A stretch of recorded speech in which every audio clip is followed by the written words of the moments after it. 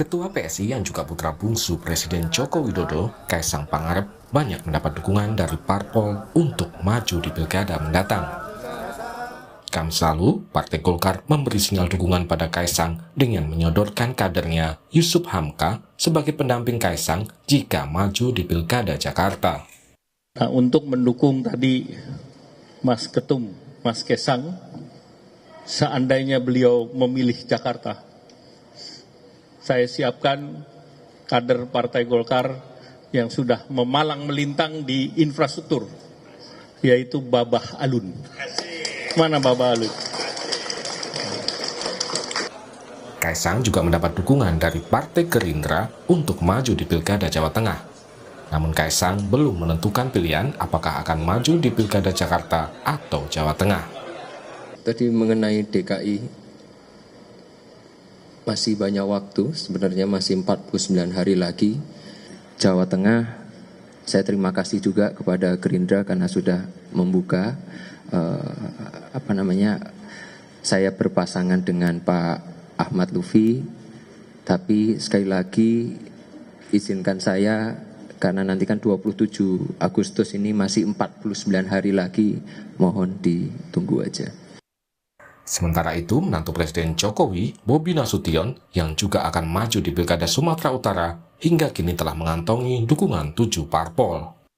Ketua DPP PDIP, Jarod Saiful Hidayat menyebut banyaknya dukungan parpol pada keluarga Jokowi di Pilkada karena faktor Jokowi.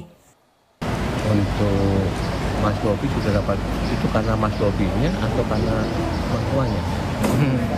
Jadi belum tentu juga, ya.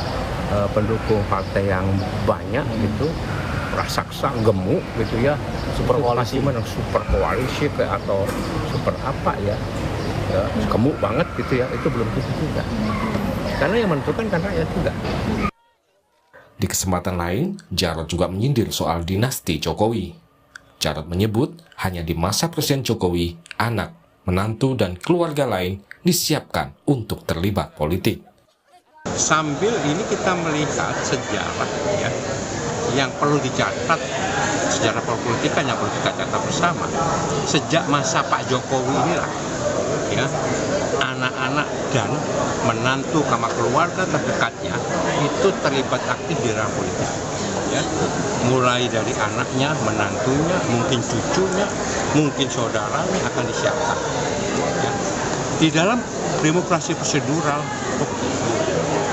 tapi di dalam demokrasi, dalam politik itu ada etika, ada moral. Sepanjang itu memenuhi aturan silahkan. Tapi begitu aturan itu direkayasa, ini kalau menurut saya itu cacat moral. Presiden Joko Widodo sendiri membantah tudingan menggunakan pengaruhnya pada parpol-parpol agar mendukung anggota keluarganya di pilkada. Jokowi menyebut parpol saat ini sudah pintar dalam menilai calon kandidat. Dan terkait dukungan dari banyak partai untuk Pak Bobi Nasution ini dianggap superpower dari menantu ini, bagaimana Pak tanggapannya? Tanyakan partai itu pinter-pinter. Biasanya dilihat adalah elektabilitas. Kita milih yang menang dong, gimana? Yang dilihat biasanya elektabilitas, ya. Jangan dipikir partai itu enggak. Partai itu pinter-pinter, apalagi ketuanya. Pak Presiden. Soal peluang Kaisang maju di pilkada mendatang, Jokowi menyatakan tugas orang tua hanya mendoakan. Di pilkada, apakah Bapak akan memberikan restu Pak seperti kepada? Tugasnya orang tua itu hanya mendoakan. Survei Litbang Kompas bulan Mei dan Juni lalu menunjukkan sebanyak 54,3% responden akan mempertimbangkan memilih calon yang punya hubungan dekat dengan Presiden Jokowi. Sebanyak 32,9% menyatakan tidak mempertimbangkan faktor Jokowi ini. Sedangkan 12,7% lainnya menjawab tidak tahu. Jika Kaisang dan Bobi Nasution maju di pilkada mendatang, akankah faktor Jokowi akan menjadi penentu kemenangan mereka? Tim Liputan, Kompas TV. Apakah betul partai politik tertarik pada Kaesang dan Bobi semata-mata karena figur Jokowi? Lalu apa yang membuat Kaesang dan Bobi banjir dukungan di pilkada? Kita bahas bersama sejumlah narasumber. Ada politisi PDIP Chiko Hakim, hadir pula jubir PSI dan Ketua DPP PSI Syahril Tanzil, dan Direktur Eksekutif The Political Literacy Gun Gun Herianto. Selamat malam Mas Chiko, Mbak Syahril, dan Kang Gun Gun. Selamat malam. Malam. Halo semuanya. Saya ke Mbak Syahril dulu. Progres majunya Mas Kaesang ini sejauh apa? Apakah lebih condong di Pilkada Jakarta? Kalau terakhir kan setelah bertemu dengan Pak Erlangga mengatakan bahwa salah satu calon yang kuat untuk mendampingi Mas Kaesang adalah Babah Alun atau Yusuf Hamka. Nah, apakah Mas Kaesang ini sudah pasti akan maju di Pilgub Jakarta proyeksinya sejauh ini? Masih ada 45 hari ya, kita masih berpikir, dan kemarin tuh DPP sudah mengeluarkan rilis resmi bahwa kami belum menjawab mengenai tawaran Golkar ya. Masih banyak waktu lah untuk mempertimbangkan. Tapi memang ini yang ditunggu-tunggu semua orang ya, apakah akan maju dan daerah mana akan maju Mas Kaesang. Kita lihat sama-sama lah Mbak Friska. Oke, kalau terakhir kan survei LSI tingginya di Jawa Tengah. Tapi Pilkada Jakarta juga jadi magnet kalau di pemilihan kepala daerah. Apa pertimbangan sejauh ini memilih antara daerah itu, Mbak Syahril, khususnya untuk Mas Kaesang? Tentunya banyak pertimbangan ya. Satu, apa masalah yang bisa dijawab oleh Mas Kaesang kalau sampai maju, karena pada hakikatnya maju sebagai calon kepala daerah harus membawa visi misi yang baik kan, harus kenal betul rakyat yang akan dipimpin itu karakternya bagaimana dan apa kebutuhannya. Tentunya untuk jumlah kursi sendiri Jawa Tengah sangat istilahnya apa ya, Jawa Tengah itu sangat memukau karena punya sekitar 12-11 dapil begitu. Jadi cakupannya itu luas, sementara DKI tentunya sangat prestisius ya karena menjadi pusat bisnis untuk Indonesia. Ya kami masih mempertimbangkan lah banyak faktor, kira-kira apa yang bisa menjadi sumbangsi dari seorang Kaesang Pangarep kalau sampai beliau mau maju dalam perhelatan Pilkada 2024 ini. Tapi majunya Kaesang juga Bobi Nasution, Mas Chiko, disebut beberapa kali oleh PDIP ini ada potensi abuse of power. Ini masih terkait dengan Pak Jokowi yang saat ini masih menjabat presiden meskipun nanti saat Pilkada sudah purna tugas mestinya. Mas Chiko. Iya gimana? Jadi pada prinsipnya kan kita memang tetap teguh dalam hal-hal yang terkait dengan agenda reformasi. Salah satu agenda reformasi yang belum tertuntaskan sampai hari ini adalah kita memberantas nepotisme. Tapi seperti disampaikan oleh Pak Jarod tadi, kita berdemokrasi ini kan sebaiknya tidak hanya demokrasi prosedural, tapi juga demokrasi yang sifatnya substantif. Jadi ada hal-hal yang mungkin bisa dianggap tidak melanggar hukum positif, tetapi juga ada etika dan norma-norma. Dan bahkan sebenarnya diatur juga dalam sebuah aturan yang namanya TAP MPR. Gitu, terkait dengan nepotisme, terkait dengan konflik kepentingan dan hal-hal lain yang memang ada dalam TAP MPR. Jadi hal-hal seperti ini memang sudah menjadi karakter dari PDI Perjuangan karena kami juga adalah bagian dari kekuatan yang ikut menumbangkan Orde Baru sehingga sampai hari ini kita akan tetap berpegang teguh pada prinsip-prinsip tersebut. Nah, memang kadang-kadang banyak juga yang akan mengatakan, "Wah, Bu Megawati kan anak Bung Karno," tapi tidak banyak yang tahu bahwa Ibu Mega itu memulai karirnya di PDI, buat itu belum PDI Perjuangan, sebagai wakil ketua DPC Jakarta Pusat. Jadi tidak semerta-merta langsung tiba-tiba menjadi ketua umum dan lain-lain. Nah ini juga yang harus menjadi perhatian dari publik. Itulah mengapa sampai hari ini PDI Perjuangan tetap teguh dalam prinsip-prinsip untuk menuntaskan agenda-agenda reformasi. Artinya Mas Chiko, apakah bisa dikatakan di pilkada ini jikalau Kaesang atau Bobi yang maju di daerah manapun mereka akan maju, PDIP akan mengambil sikap berseberangan head to head? Ya kita lihat nanti, ini kan dalam artian gini, kalau kita bicara tentang Kaesang misalnya ya, kita juga harus fair. Saya juga harus bisa mengatakan bahwa memang Kaesang ini kan kadang-kadang cuma dilekatkan dengan nama Jokowi. Tapi khusus untuk Kaesang, dia ini ketua umum partai politik. Kita nggak bicara Bobi, kita nggak bicara Gibran ya. Dia adalah ketua umum partai politik. Dan kalau kita bicara eksistensi PSI juga kita harus akui di DKI Jakarta punya 8 kursi. Dan 8 kursi itu walaupun tidak bisa mencalonkan sendiri, tapi itu cukup signifikan untuk mempunyai nilai tawar atau bargaining. Jadi ini juga ada hal-hal yang berbeda, case by case, di antara anak maupun mantu presiden itu satu persatu. Maksud saya di sini saya bukan mau mengadu ya, walaupun saya tahu ada semacam sibling rivalry ini antara Kaisang dan Gibran. Ya, kalau dengar rumor-rumornya kan begitu ya. Tetapi pada prinsipnya kalau kita bicara Kaisang khususnya untuk Jakarta, karena perolehan suaranya yang cukup signifikan, eksistensi PSI yang dalam 2 pemilu terakhir juga cukup baik di DKI Jakarta, ini saya sebagai dari PDI Perjuangan akan mengatakan secara jujur, artinya memang mempunyai daya tawar tersendiri. Tapi mungkin untuk di daerah-daerah lain kita bisa lihat tentunya beliau menjadi let's say nilai angka pollingnya atau surveinya di Jawa Tengah tinggi, tentunya tidak terlepas karena beliau adalah anak presiden. Oke, Mbak Sheryl memaknai apa yang disampaikan Mas Ciko, apakah ada pintu terbuka untuk koalisi di Jakarta misalnya dengan Mas Kaisang, meskipun tampaknya sekarang hubungan antara keluarga Pak Jokowi dengan PDIP semakin menjauh? Ya, yang pertama saya mau klarifikasi dulu kalau tadi dikatakan oleh Mas Ciko bahwa ada rumor-rumor antara siblings rivalry. Kami di PSI tidak melihat itu ya, karena saya itu masuk dalam TKN dan mengikuti betul bagaimana perjalanan Mas Gibran pada saat kampanye Pilpres dan juga Mas Kaisang yang berusaha keras untuk membantu kakaknya begitu ya. Jadi saya tidak melihat itu adalah rumor yang sangat tidak bertanggung jawab dan saya pastikan itu tidak benar. Karena dalam beberapa kali kesempatan berdialog itu banyak sekali yang menuding-nuding bahwa ada perpecahan antara keluarga karena persaingan dan lain sebagainya, itu tidak ada. Dan lalu yang kedua, kalau ditanya kira-kira tadi bagaimana Mbak Frisla pertanyaannya? Ya, dengan tadi yang disampaikan begitu. Ya, kalau dilihat sekarang kan hubungan antara keluarga Pak Jokowi betul dengan PDIP tampaknya semakin menjauh. Nah, masih adakah terbuka pintu koalisi kalau tadi dari yang disampaikan Mas Ciko? Khususnya Jakarta. Yang jelas kalau dari PSI mengatakan bahwa kami terbuka untuk pihak manapun yang ingin bekerja sama. Itu sudah kami tegaskan berkali-kali. Dan sebenarnya kemarin pada saat kami ke Golkar, salah satu wartawan juga dalam doorstop itu menanyakan, kira-kira kan ini udah ke PKS, udah ke Golkar, kapan akan bertandang ke PDIP? Dan Mas Kaisang bilang ya, kalau kita diundang kita tentunya akan datang ya. Karena hubungan Mas Kaisang dan Mbak Puan sendiri saat ini sangat baik ya. Mas Kaisang sangat respect dengan Mbak Puan dan itu juga selalu dikatakan dalam berbagai kesempatan kepada wartawan. Jadi saya rasa tidak ada masalah. Dan kalau misalnya ditanya tadi Mas Ciko kan ditanyakan, jadi pasti nggak nih PDIP akan berseberangan dimanapun PSI akan maju begitu ya. Saya rasa ini kan politik ya, semuanya cair, semua akan melihat pada akhirnya apa sih kepentingan masyarakat. Saya rasa kita semua sepakat bahwa kita ini membentuk partai politik itu tujuannya seperti itu ya. Dan kalau misalnya dikaitkan dengan faktor Pak Jokowi, saya rasa sah-sah saja karena Pak Jokowi memang approval ratingnya dari LSI terakhir untuk Jateng saja ya misalnya sampai 80% lebih.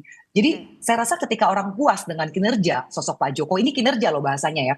Sah sekali kalau mereka juga mengharapkan ada keberlanjutan begitu. Dan harus kita lihat bahwa detik.com itu mencatat bahwa Bobi ini juga punya prestasi. Jadi bukan hanya sekedar menantu seorang presiden, dia juga punya prestasi. Oke, saya ke Kang Gun-Gun. Bagaimana membaca saat ini misalnya Bobi di Sumatera Utara didukung koalisi gemuk, Kaisang juga dilirik partai-partai besar di Jakarta. Apakah ini semata-mata karena Jokowi efek? Dalam artian apakah lebih ke prestasi ataupun capaian Pak Jokowi atau memang karena posisi Pak Jokowi sebagai presiden yang tidak bisa dilepaskan, Kang Gun-Gun?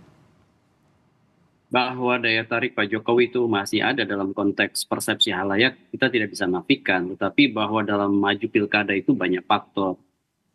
Isu lokal misalnya, kemudian afiliasi politik antar kekuatan, kemudian yang ketiga tentu dinamika yang dibaca oleh partai sebagai dinamika strategis. Jadi faktor-faktor itu berkelindan satu sama lain. Tentu untuk kasus Mas Bobi dan Kaisang itu ada, kita tidak bisa menafikan ada reference power ya, ada kekuatan rujukan Pak Jokowi. Dalam konteks ini tentu menjadi faktor yang menguntungkan. Meskipun kalau kita baca landscape politik Indonesia, terutama dalam konteks kontestasi elektoral itu bukan satu-satunya ya faktor determinan yang bisa memenangkan begitu. Nah, tapi kalau posisinya nanti November, Pak Jokowi itu kan purna tugas. Apakah ini akan berefek juga kepada daya tarik Pak Jokowi di pilkada ini, Kang Gun-Gun? Selain tadi efek di masing-masing daerah pun berbeda landscape-nya. Ya, itu yang kemudian kita harus jadikan catatan bahwa biasanya purna tugas itu situasi politik banyak berubah. Sehingga tidak bisa menggantungkan hanya pada dampak ya kuasa Jokowi, Pak Jokowi maksud saya. Harus ada strategic planning dalam konteks political marketing yang jauh lebih strategis membaca dinamika isu-isu lokal dan kompetitor di tingkat lokal. Kenapa? Karena pilkada sendiri kan berbeda dengan pilpres. Oke. Ya, isu lokalnya harus jelas, kemudian juga persuasi ke yang disebutkan segmenting ya dalam konteks politik marketing itu harus clear, sehingga kemudian tidak bisa semata-mata kemudian mengeneralisasi dampak Jokowi bisa berlaku di semua daerah. Termasuk juga soal head to head atau tidak, ini kan tidak bisa digeneralisasi seperti yang terjadi di Pilpres begitu ya Kang Gun-Gun ya untuk koalisi ya. Nah, kalau misalnya saya ke Mas Ciko dengan membaca tadi analisisnya Kang Gun-Gun, sebenarnya PDIP menempatkan diri dengan keluarga Pak Jokowi, khususnya Bobi dan Kaesang yang sudah digadang-gadang akan maju pilkada, tapi pilkadanya di mana? Kalau Mas Bobi kan di Sumut, tapi Kaesang kita masih tunggu. Apakah dikatakan akan pasti head to head atau tidak? Selain tadi yang Mas Ciko katakan kalau Kaesang ini kan berbedanya karena faktor yang jadi magnet salah satunya di Jakarta. Jadi begini, PDI Perjuangan ketika kita menyikapi pilkada mungkin berbeda dengan apa yang disampaikan oleh Pak Jokowi tadi. Pak Jokowi berulang kali mengatakan elektabilitas, tapi bagi kami itu adalah hal kesaksian. Yang bagi kami terutama adalah kita harus set sebuah kriteria ketika kita mengacu soal pilkada di suatu daerah. Kriteria itu apa?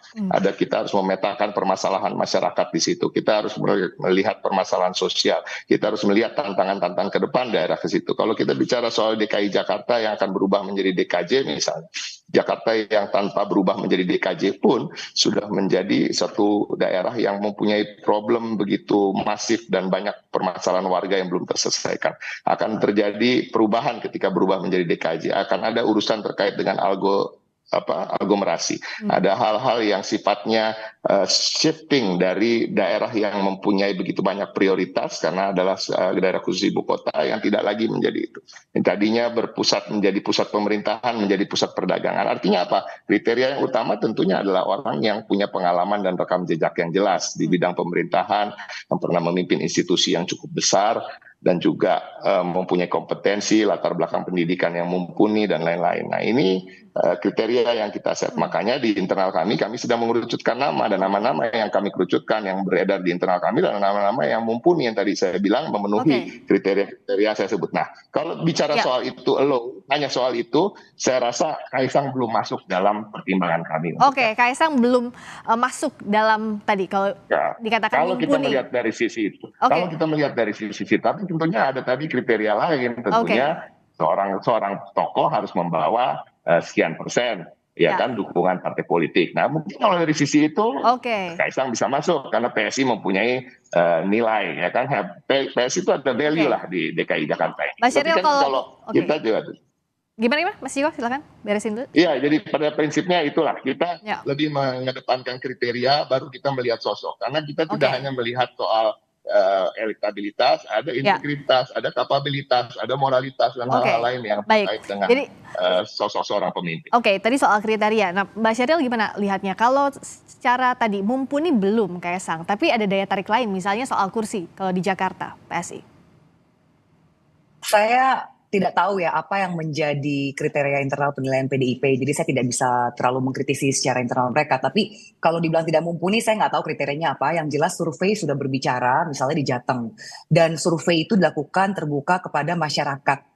Jadi saya rasa kita janganlah terlalu memandang rendah kecerdasan masyarakat Indonesia pada saat ini ya. Saya percaya Jawa Tengah dan DKI atau dimanapun juga sudah banyak rakyat yang cerdas. Dan pada akhirnya mereka akan memilih, tentunya mereka saat ini sudah sangat mudah untuk browsing di sosial media, bisa bertanya kepada rekan-rekannya, apalagi sekarang ini kan pemilih masih mayoritas anak muda ya, dan anak muda ini betul-betul dinamis, mereka ingin perbaikan atas Indonesia, mereka punya cita-cita Indonesia emas, dan saat ini ketika Kaesang namanya melonjak, ini membuktikan bahwa orang itu butuh representasi anak muda. Jadi kalau kita bicara kriteria tentunya sangat besar spektrumnya, tapi saya yakin setiap partai itu pasti punya hitung-hitungan analisa yang tentunya bukan ahli nujum ya, tapi pasti mereka punya hitung-hitungan sendiri. Dan saat ini sih menurut PSI, Kaesang sangat mampu dan sangat mumpuni.